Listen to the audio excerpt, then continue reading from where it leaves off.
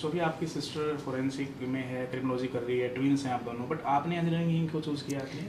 तो देखिए, engineering choose करने के बिहाइंड आई थिंक मेरी जो सबसे बिगेस्ट मोटिवेशन थी, जो मेरे को सबसे बड़ा पुश मिला, वो इंडियन गवर्नमेंट का एक इनिशिएटिव था जिसमें इसरो में पार्ट लेने का मेरे को बहुत अपॉर्चुनिटी मिली थी।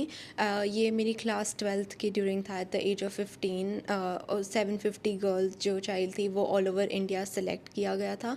उसमें जो इनका आज़ादी सैट लॉन्च था श्रीहरिकोटा आंध्र प्रदेश में, वहाँ से इन्होंने सैटेलाइट लॉन्च किया था। उस टाइम पे इनिशियली चीज़ें ये भी डिसाइड करी गई थी कि वहाँ पे at the present in person होना है, बट फॉर सम रीज़न वो चीज़ें वर्कआउट नहीं कर पाई। बट मेरे को ऐसा लगता है ये बहुत अच्छा इनिशिएटिव था फ्रॉम इंडियन गवर्नमेंट। स्पेशली इसके पीछे मेन रीज़न था कि जो गर्ल चाइल्ड की एम्पावरमेंट है, क्योंकि गर्ल चाइल्ड को एज उनकी एजुकेशन को इतना इम्पोर्टेंस नहीं दी जाती है। बट ये बहुत अच्छी चीज़ थी और इसमें पार्ट लेने का मौका मिला, और इससे मेरे को कई सारी चीज़ें जैसे कि कोडिंग और जो भी engineering side of the manufacturing और ये सारी चीज़ें सीखने का मौका मिला। And I think that was one of my biggest motivations behind choosing what I am doing right now.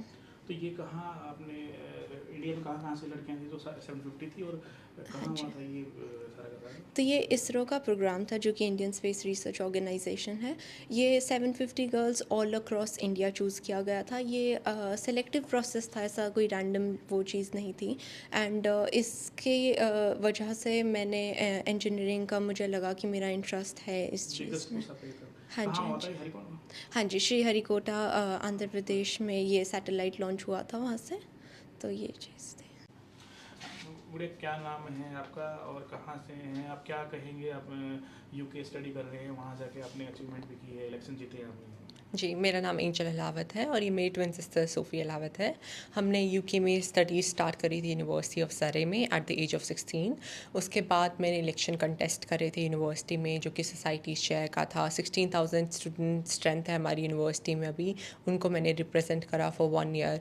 मैंने वहाँ जाते ही इलेक्शन कंटेस्ट करे थे और वहाँ पे कैंडिडेट्स में यूक्रेन से भी थे, ब्रिटेन के भी बच्चे थे। एंड मैं फॉर्चुनेट थी कि लोगों ने मेरे ऊपर ट्रस्ट करा और उनको ट्रस्ट करा कि मैं उनको रिप्रेजेंट कर सकूँ। एंड मैंने अपना पूरा टेन्योर 1 साल का फिर वहाँ पूरा करा। तो क्या आपने चुनाव कैसे जीता, किस पोस्ट के लिए था, और किस किस कंट्रीज़ के बच्चों ने वहाँ पे इसमें कंटेस्ट किया था इलेक्शन के लिए? जी, तो मैंने सोसाइटीज़ चेयर के लिए पोजीशन के लिए था, जो कि यूनियन में एक पोजीशन होती है। हमारी सारे स्टूडेंट्स यूनियन अभी 5th रैंक में है यूके में, one of the best student union कहते हैं उसको। और मैंने इलेक्शन कंटेस्ट करा था कि मैं अपनी वॉइस बच्चों की वॉइस को रिप्रेजेंट कर सकूं हायर एजुकेशन एडमिनिस्ट्रेशन में।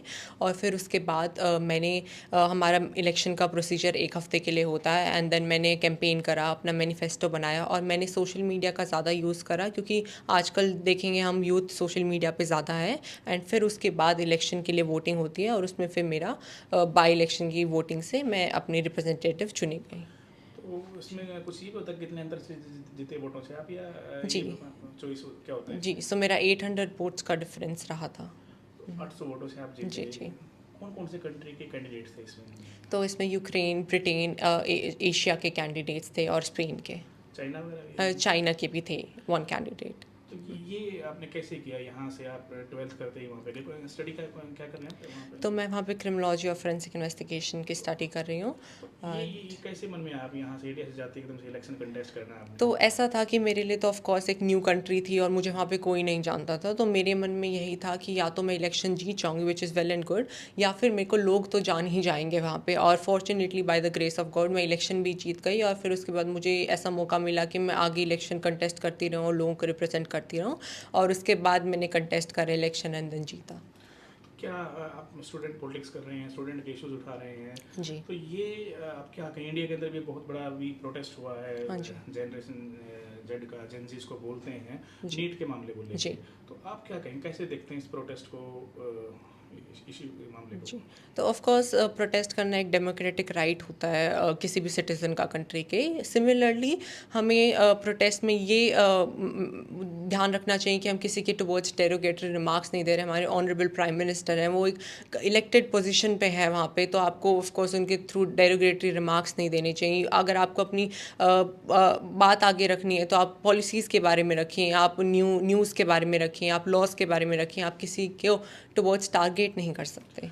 खासकर ये सवाल इसलिए है जी। एंजल आपसे क्योंकि हमने इस प्रोटेस्ट में देखा लड़कियों ने बहुत डेरिवेटरी रिमार्क्स यूज़ किए हैं। जी, जी, जी। क्या एक मैसेज देंगे उनको, किस हद में रहना चाहिए, किस तरह जी। के बिहेव करना चाहिए? तो मैं यूथ को यही मैसेज देना चाहूँगी कि आपको अपनी आवाज़ आगे रखने के लिए हमेशा लाउडेस्ट नहीं होना पड़ता रूम में। आप वही बात आराम से, अच्छे से, सम्मान से बोल सकते हैं किसी को, और वही आपकी इक्वली इम्पैक्टफुल होगी। बस आपकी बात में सब्सटेंस होना चाहिए, ना कि आपकी बात में ऐसे रिमार्क्स होने चाहिए जिससे आपके ही ऊपर कंट्रोवर्सी एरप्ट हो।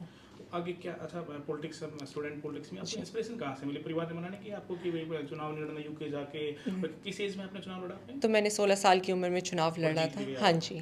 तो और क्या कहीं मना नहीं किया किसी ने तो ये? फैमिली थोड़ा तो हेजिटेंट थी कि आप नई कंट्री में जा रहे हैं, आप इलेक्शंस और पॉलिटिक्स में ना जाइए। और लेकिन मेरी इंस्पिरेशन मेरी फैमिली ही थी। मेरे ताऊ जी हैं जो चेयरमैन रह चुके हैं bar council Punjab and Haryana high court के, एंड देन मेरे फादर भी स्टूडेंट पॉलिटिक्स में इन्वॉल्व रहे हैं।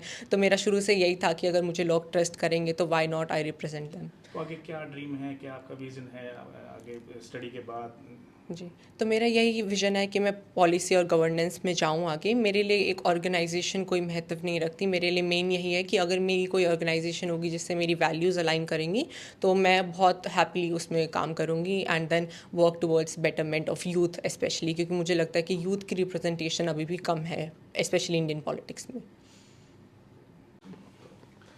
क्या नाम है बढ़िया आपका? मेरा नाम सोफ़ी है। तो सोफी, आप दोनों बहनें हैं, हाँ यूके जी। में स्टडी कर रही हैं, कौन सी क्लास में स्टडी कर रही हैं आप? हम यहाँ से दोनों क्लास 12th करके एट द एज ऑफ 15 हमने अपनी हाई स्कूल एजुकेशन कंप्लीट कर ली थी, and then by the age of 16 हम यूके चले गए थे।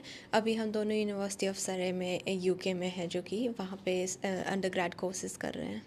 तो जी। मैं, आपकी सिस्टर ने वहाँ पे कंटेस्ट किया इलेक्शन वहाँ पे, तो आपने मना नहीं किया इनको, या आपने सपोर्ट किया किस तरीके से? नहीं नहीं, इन्होंने ये जब मेरे पास आई बताने कि भैया ऐसे ऐसे हमारी यूनिवर्सिटी में चेयर का अपॉर्चुनिटी है, एंड मेरा स्टार्टिंग से यही था कि आपको जो भी करना है फुल सपोर्ट है, जितना मेरे से हो पाएगा, जिस विच एवर वे जो मैं आपके लिए कैंपेन कर पाऊँगी, या फिर जो मेरे को अपने कोर्समेट्स को कहना है, या वो सारा उस चीज़ में पूरा पूरा सपोर्ट था। पेरेंट्स हम बहुत फॉर्चुनेट रहे कि फैमिली ने इन अ वे काफ़ी सपोर्ट किया। शुरू में जैसा मेंशन किया बहुत हेजिटेंट थे, ग्रैंड पेरेंट्स को भी थोड़ा सा लगा कि लाइक पॉलिटिक्स, एंड देन क्योंकि हम जब स्टार्टिंग में गए थे यूके, तो इतना लोग नहीं जानते थे, बट फिर उसके बाद इलेक्शन किया भी, लड़े भी और जीते भी, और पहचान तो फिर वो अपने आप बनी जाती है। तो वो चीज़ बहुत अच्छी रही, एंड बाय गॉड्स ग्रेस सारी चीज़ें वर्कड आउट कर गई थी। तो आप क्या स्टडी कर रहे हैं वहाँ पे, और क्या विजन है आपके कर? मैं एरोस्पेस इंजीनियरिंग कर रही हूँ। मेन रीज़न मेरा इस कोर्स को चूज़ करने के पीछे यही था कि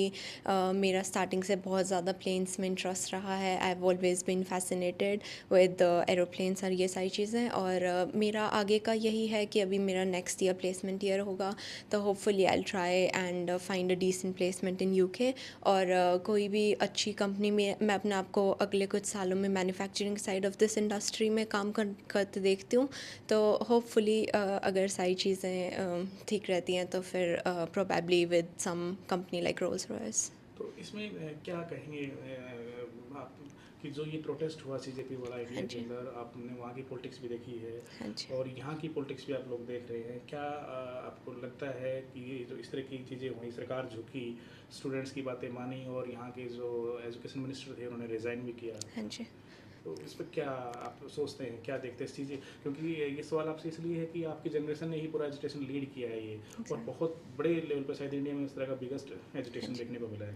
नहीं, ये आपकी बिल्कुल सही बात है, और मेरे को ऐसा लगता है कि बहुत सालों बाद इतने बड़े लेवल पे, एंड स्पेशली क्योंकि स्टूडेंट लेड प्रोटेस्ट था, ये एक इनिशिएटिव भी था और एक चेंज की डिमांड के लिए था। मेरा ओवरऑल ओपिनियन और टेक इस प्रोटेस्ट पे ये था कि जो भी रिज़ाइन हुआ, गवर्नमेंट को मैं इस बात पे बहुत ज़्यादा अप्रिशिएट करती हूँ कि उन्होंने अपने यूथ की डिमांड्स को सुना, उन्होंने ये चीज़ इस पे एक्ट भी किया बाद में कि उनके स्टूडेंट्स क्या मांग रहे हैं, क्या चाह रहे हैं, एंड देन उस हिसाब से रेजिग्नेशन हुआ।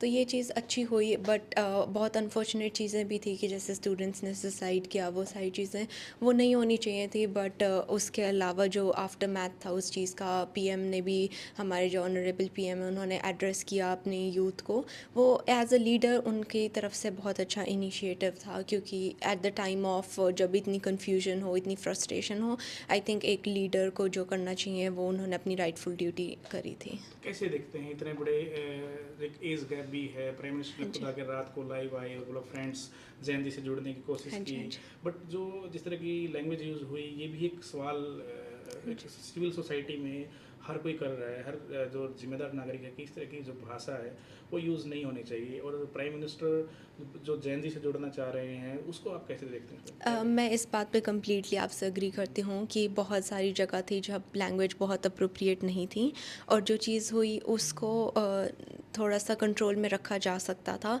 एंड आई फील कि किसी भी तरफ आप एक जब एड्रेस कर रहे हैं, आप उस चेयर को एड्रेस नहीं कर रहे हैं, आप उस पर्सन और आप उस पोस्ट को भी एड्रेस कर रहे होते हैं, तो you have to be mindful कि आप अपनी लैंग्वेज, आप अपनी चीज़ें किस हिसाब से कर रहे हैं, बिकॉज इन एनी केस आपको as a citizen, as the youth और as students you have to be respectful towards the government. और ये चीज़ अच्छी थी हमारे प्राइम मिनिस्टर की तरफ से, उन्होंने जो इनिशिएटिव भी लिया कि उन्होंने अपने यूथ को एड्रेस किया, स्टूडेंट से बात करने की कोशिश करी, तो ये अच्छा था। एंड उनका जो बोलने का तरीका था, लाइक आपने जैसे मेंशन किया फ्रेंड्स एंड वो सब करके, आई थिंक ये चीज़ कि आप जैसे यूथ जिस लैंग्वेज को बेटर समझता है आप उसमें उनसे बात करें तो वो एक फ्रेंडलीनेस भी आती है, एंड ये एक रीअश्योरेंस मिलती है कि गवर्नमेंट आपके साथ है एंड आपकी नीड्स को सुन रही है। लोकशाही मराठी ऐका, पहा, जागरूक रहा।